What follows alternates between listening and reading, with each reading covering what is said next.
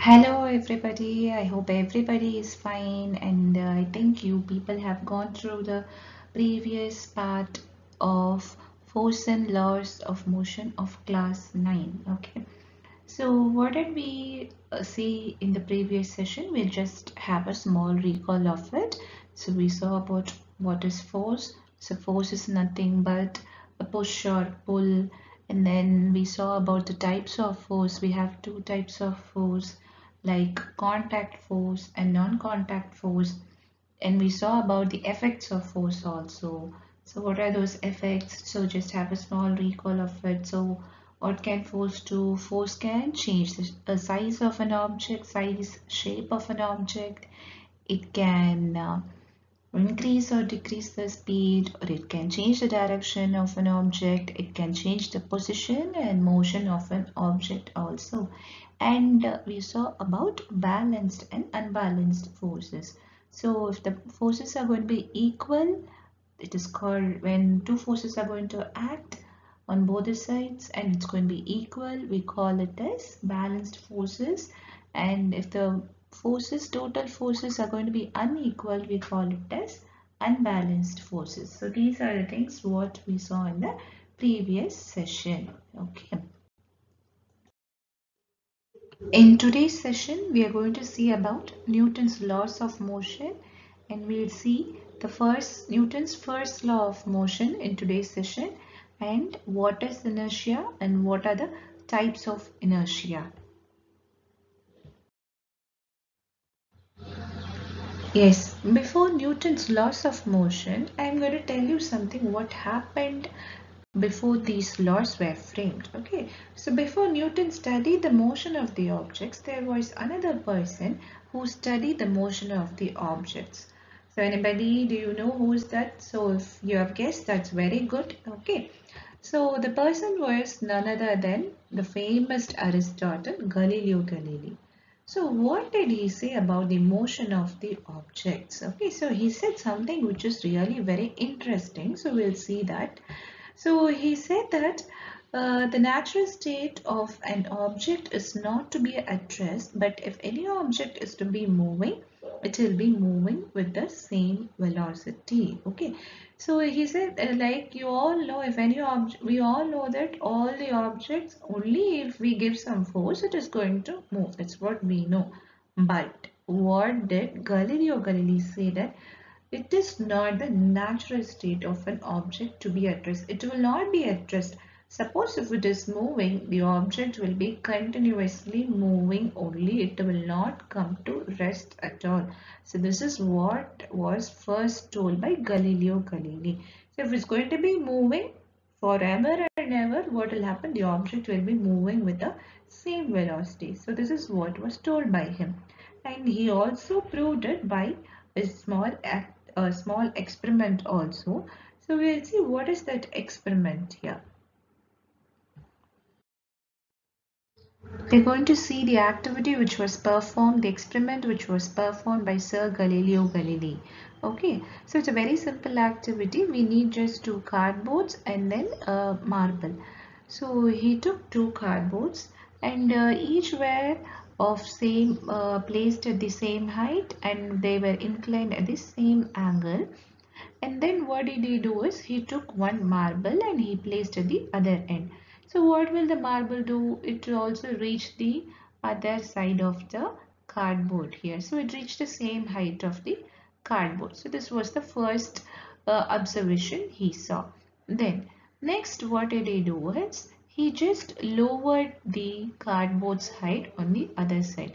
So one side of the cardboard height you can see it has been lowered and again he dropped the marble. So again what the marble will do, it will try to reach the end or the same height of the plane. Then again the third one, what did he do is he made the cardboard flat. So what would happen here now is the marble will go, it will be start moving, it will leave the cardboard and it will be moving and with the same velocity. But here what happens is, suppose if the surface it's going to be a very smooth surface, what will happen? The marble will be moving continuously. Okay. unless if there is going to be any frictional force which is going to act there. Okay, so if the marble is going to be moving on a smooth surface, what will happen continuously? If the surface is going to be a very smooth surface, the marble will be moving continuously and it will not come to rest at all. So only it will come to rest, or it will come to rest only when somebody is going to stop it, or when some other force, the frictional force, is going to act on the body. So what conclusion was given by Galileo was the object will move with a constant speed when no forces are going to act on them, right? So if there is no force, if there is no frictional force, what will happen? If the cardboard is very smooth, continuously whatever object, whatever marble is there, it will be moving with the same speed, constant speed, because there is no force there to stop the object. So this is the reason Galileo Galilei said that any object which is going to be in motion, it will be continuously moving with a constant velocity unless another force is going to act here. Okay, so he also said that if it's going to be a frictionless part, what will happen? The object will be moving forever and ever and ever. So these were the conclusions, and which was given by Galileo Galilei. That is, any object which is going to be at motion will be in motion only unless, and it will be moving with the same velocity unless another force is going to act, or any it's going to be in a friction part here. Okay, I have a picture here, so just look at the four pictures here, four images. The first one, you can see the ball is at rest. So what will happen? Unless if I kick the ball is not going to be moving at all. Then the second one, you can see somebody kicking the ball. So what happens? We need a force for making the object move, right? So if he is going to kick the ball, what will happen? The object will be moving. So that's what happens in the third picture. So what will happen? The ball will be in motion, and it will be in motion unless another force is going to stop it. That is, it can be a frictional force, like as Galileo Galilei said. So look at the fourth image. So what happens is there is a net over there which is stopping the ball there.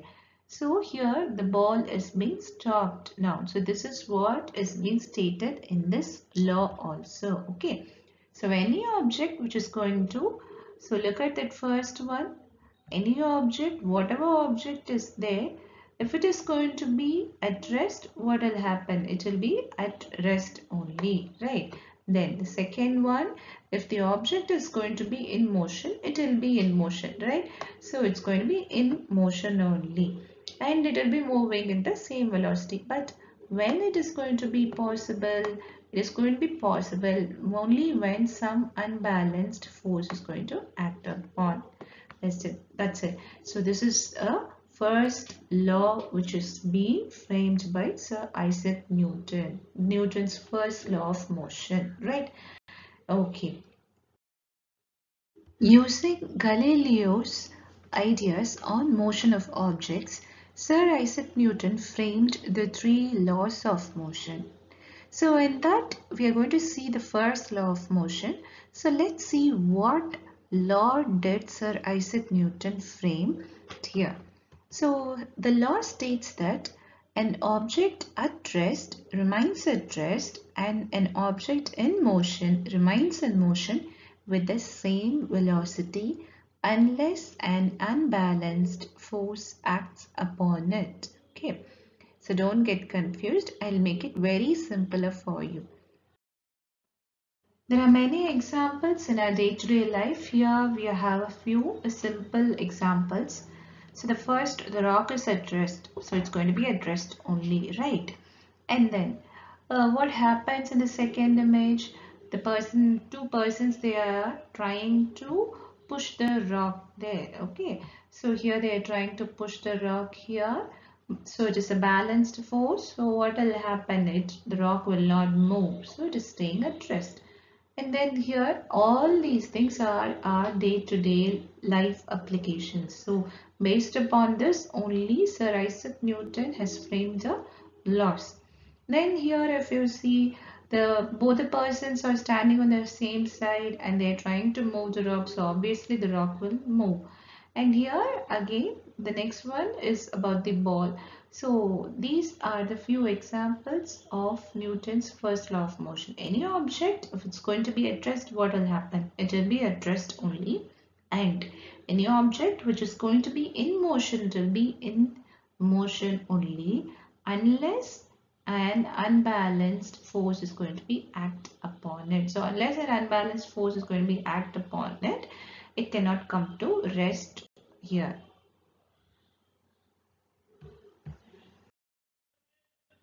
The Newton's first law of motion is also called, and it's given another name called law of inertia. So the first law of motion can also be called as law of inertia. So what's this inertia? So we'll see what is inertia. What is inertia? So we'll see with an example here. If any object is going to be at rest, so look at the ball. So if it's going to be at rest, it is going to be at rest only. And suppose if it is going to be moving, what will happen? The object will be preferred to be in motion only here. So it is just a natural tendency of the object here. So it is the natural behavior of any object to be in its own state of position. So inertia is known as the natural tendency of an object to resist the change in its motion. So if it is at rest, it will be at rest only.